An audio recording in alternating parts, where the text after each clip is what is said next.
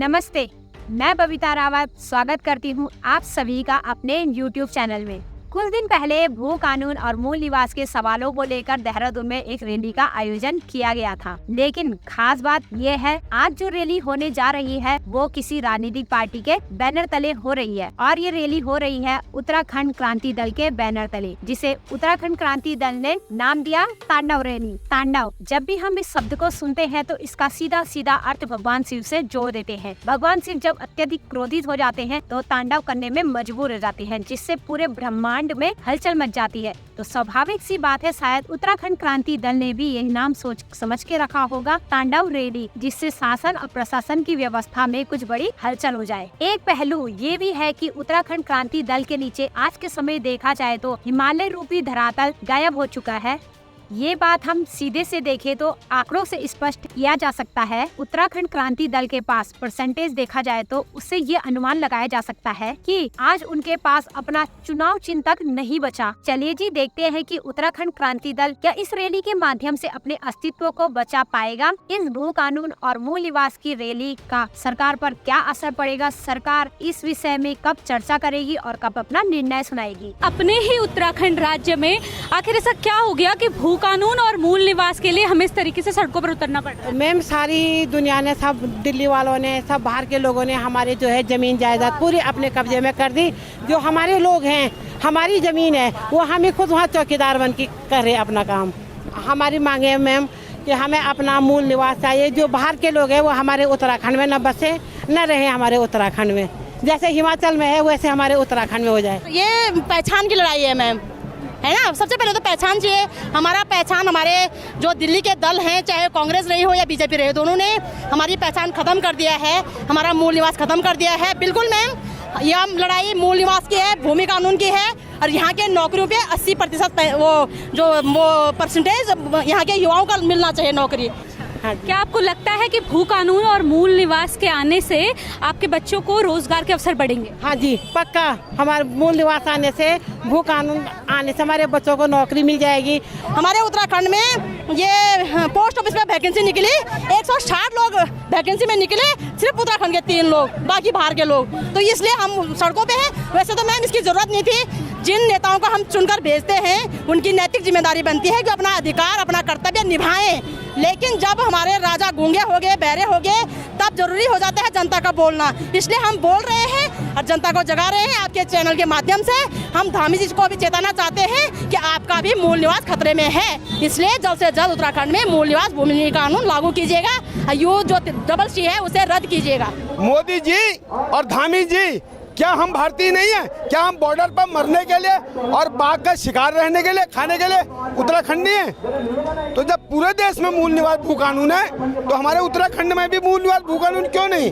फिर ये यूसीसी जो लागू कर रहे हैं, इसमें एक तो 1 साल का आदमी को ये लोग स्थायी निवासी बना रहे हैं, उससे हमारे बच्चों का हक छीना जा रहा है। और दूसरे में ये लिविंग रिलेशन को भी अलाउ कर रहे हैं एज पर यूसीसी। और यूसीसी जहां की मोदी गुजरात का, गृह मंत्री गुजरात का, 25 साल से गुजरात में भाजपा की सरकार, तो मोदी और धामी वो यूसीसी गुजरात से क्यों नहीं? क्यों? क्योंकि हम पहाड़ी हैं, भोले भाले, सीधे साधे। तो हमको चूहा बिल्ली समझ करके यूसीसी नाम का टीका लगाया जा रहा है उत्तराखंड को। ये सफल हुआ तो ये पूरे प्रदेश देश में लागू करेंगे। अगर मोदी जी में और इस फुस धामी में दम है, ट्रिपल इंजन की फुस धामी में दम है, तो हमारी इस पर संपत्तियां दे, इससे बढ़िया मौका नहीं मिल सकता। 3 जगह केंद्र में अजय बिष्ट, माननीय योगी जी, और ये धामी, नकली धामी और नाकाम धामी, ये इसकी व्यवस्था करवाए ना। प्रदेश मांग रहे मूल निवास भू कानून और तू ला रहा है यूसीसी, जिसकी पूरी देश में भी कहीं लागू नहीं है। हमारे पहाड़ आज भी डोली पर बांध करके मरीज को ला रहे हैं। शिक्षा नहीं है, स्वास्थ्य नहीं है, बाघ हमको खा रहा है, वन्य जीवों ने आक्रमण कर रखा है। और ये यूसीसी बोला मैं प्रदेश का पहला, देश का पहला प्रदेश बनूंगा। अबे नाकाम, तुझे उत्तराखंड के केंद्र सरकार इस्तेमाल कर रही है धामी। इतनी अकल नहीं है माननीय धामी जी को। एडवोकेट विकेश नेगी जी है जिन्होंने आरटीओ के माध्यम से सारे जमीनों का भ्रष्टाचार उजागर किया। गणेश जोशी जी इधर ही उनका कहीं आवास है मैम, वो इस भ्रष्टाचार में लिप्त हैं। सैनिकों की भूमि यहाँ पे उन्होंने उस भ्रष्टाचार में बंदर बांट कर रखी है, तो इस वजह से भी सरकार दबा रही है, लेकिन ऐसा हम नहीं होने देंगे। अब ये पहाड़ के लोग सड़कों पे उतर चुके हैं, अपना अधिकार हम छीन के लेंगे। अभी इस रैली को तांडव नाम क्यों दिया, आप समझो इस चीज को। ये जो जन सैलाब, आप 1-2 किलोमीटर का जन सैलाब आप देख रहे हैं, ये आक्रोश है। ये इस तरह का आक्रोश है। आप ये समझिए कि कोई बच्चा मांग रहा है, अब उसे नहीं मिल रहा है तो वो अब जिद बैठ गया, अब वो अग्रेसिव हो गया है, अब वो उसको छीन के लेना है, और वही आज यूकेडी कर रही है। और इसका खामियाजा ये दोनों सरकारों को, कांग्रेस को भी और बीजेपी को, दोनों को भुगतना पड़ेगा आने वाले चुनाव में, ये कंफर्म है। ये सारी तमाम मांगे जो हैं वो उत्तराखंड राज्य बनने से पहले से ही उठती आई हैं, और जो उत्तराखंड क्रांति दल है वो इस मुद्दे पर ऐसा दिख रहा है कि अब जाकर वो धरातल पर आया है। देखिए, इससे पहले ये आपने बिल्कुल सही कहा, उत्तराखंड राज्य की मांग के साथ ही खास तौर पर सख्त भू कानून की मांग हमने रखी थी कि संविधान के अनुच्छेद 371 का प्रोविजन करके यहाँ की ज़मीनों के खरीद को पूरी तरह से प्रतिबंधित कर दिया है। क्यों? क्योंकि ये नेशनल सिक्योरिटी का सवाल है, ये पहाड़ की संस्कृति और सामाजिक समरसता को खत्म न होने देने का सवाल है। तो इसलिए क्या था, केंद्र सरकार ने जब विधेयक बनाया राज्य पुनर्गठन का, तो उसमें वो प्रोविजन नहीं रखा। हम ये सारी चीज़ें हम पहले भी मांग करते रहे हैं, और आज बहुत जब सरकार ने हमारी नींद सुनी है तो इन दोनों मांगों को लेकर हम आज आंदोलन कर रहे हैं, और ये आंदोलन अनवरत चलेगा जब तक कि मांग पूरी नहीं हो। मूल निवास भू कानून को लेकर तमाम दलों, संगठनों, व्यक्तियों द्वारा रैलियां की जा रही है, मांग की जा रही है, ये एक अच्छी बात है। इसमें एक शब्द बोला जा रहा है कि हिमाचल की तर्ज पर हमें भू कानून और मूल निवास चाहिए। भू कानून की वजह स्पेशल हिमाचल की तर्ज पर बात की जा रही है। तो मैं सबसे पहले अपने उत्तराखंड के भाई बहनों को, युवा शक्ति को, मातृ शक्ति को, यहाँ के आंदोलनकारियों को ये बताना चाहता हूँ, यहाँ के सामाजिक संगठनों और राजनीतिक दलों को, कि यदि आपको हिमाचल की तर्ज पर भू कानून चाहिए तो हिमाचल की तर्ज पर पार्टी और संगठन को साइड करके आप पहले हिमाचल वाले लोग जो हिमाचल से प्यार करते हैं, हमें पहले उत्तराखंडी होने के नाते उत्तराखंड से प्यार करना पड़ेगा।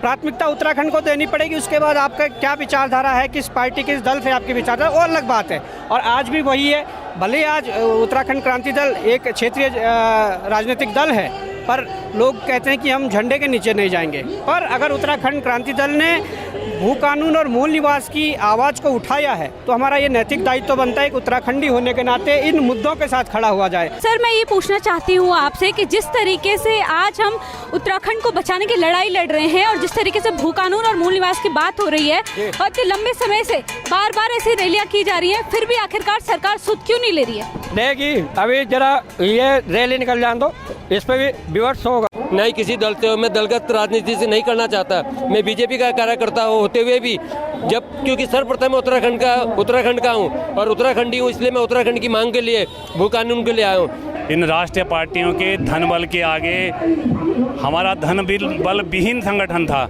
वहाँ आंदोलनकारी थे, उन्होंने राज्य की तो लड़ाई लड़ी है, लेकिन जब इन्होंने अपने धन बल से जो है चुनाव लड़ने शुरू करे, तो हाँ, हम लोगों की नज़र में बिल्कुल गौण हो गया। हम इतने झंडे, डंडे, लोग, शराब, हर चीज़ मैंने इतना नहीं बहा पाए, क्योंकि हमारे पास धन नहीं था। इसका फायदा जो है बीजेपी और कांग्रेस ने उठाया, और प्रतिफल जो है उत्तराखंड की जनता भुगत रही। जो आज ये भीड़ दिख रही ना, उसी का प्रतिफल है। इन्होंने इस उत्तराखंड को बर्बाद कर दिया है, बेरोजगारों की भीड़ फौज खड़ी कर दी है, यूपी का उपक्रम बन के रह गया। 1,30,000 करोड़ से ज़्यादा की संपत्ति पे इनका अधिकार है। टेरी डैम का 12% इनको जा रहा है, श्रीनगर डैम का 12% इनको जा रहा है। हरिद्वार में 576 एकड़ भूमि पे अभी सिंचाई विभाग का कब्जा है। तो इन्होंने इस प्रदेश को रखा क्या है, 29 संशोधन करके इन्होंने एक झुंझुना पकड़ा दिया। आज भी हम यूपी का उपक्रम बन के रह गए। और जो बाकी पानी की पे बिजली बनाने की बात करते हैं, वो तो केंद्र सरकार ने अपनी कंपनियां भेज दी, वो अपनी कंपनियों से बिजली बना रहा है। उत्तराखंड के क्या है, ये दोनों राष्ट्रीय पार्टियों दिल्ली के हाथों से चलते संचालित होते हैं। उनकी जो योजनाएं उन्हें सरकार के पास कर देते हैं, और इनके उत्तराखंड सरकारें कहीं लग रहे 15 मेगावाट का, कहीं 20 मेगावाट का, और जो 1000 मेगावाट का लग रहा, 500 मेगावाट का लग रहा, वो जो है ये तो केंद्र सरकार लगा, ये उनके भेजे प्राइवेट कंपनियां लगा रही हैं। तो हर संसाधन पे कब्जा हो गया, हर संसाधन विहीन कर दिया। इसलिए आज जनता, ये बच्चे जो हम चिल्ला रहे थे न इतने सालों से, आज उसी का प्रतिफल है कि जनता रोड पे उमड़ पड़ी। यार ये शुरुआत है, ये अंत नहीं है, शुरुआत है। राज्य का आंदोलन भी ऐसे हुआ था। हर व्यक्ति जागेगा, हर बच्चा जागेगा, हर जरूरतमंद जागेगा और जागेगा, और ये सरकार को हिला के रख देगा। बीजेपी हो चाहे कांग्रेस, दोनों सरकारों को हिला के रख देगा जो उत्तराखंड विरोधी है। तो चलिए जी, आज की वीडियो को भी यहीं पे समाप्त कर देते हैं और भू कानून के विषय में आगे भी आपसे चर्चा करते रहेंगे, उसके बारे में आपको बताते रहेंगे। और उत्तराखंडी होने के नाते इस वीडियो को ज्यादा से ज्यादा शेयर करें अपने दोस्तों के साथ, अपनी फैमिली वालों के साथ। भले आप और वीडियो को ना करें, पर ये भू कानून वाली वीडियो को ज्यादा से ज्यादा शेयर करें एक उत्तराखंडी होने के नाते। तो मिलते हैं अपनी एक नई वीडियो के संग, तब तक के लिए बाय बाय। जय हिंद, जय भारत, जय उत्तराखंड। और अपनी अपनी राय कमेंट में मुझे जरूर देना। आप क्या चाहते हैं, भू कानून होना चाहिए या नहीं होना चाहिए? जो भी आपके मन में है आप मुझे कमेंट कर सकते हैं। Bye bye.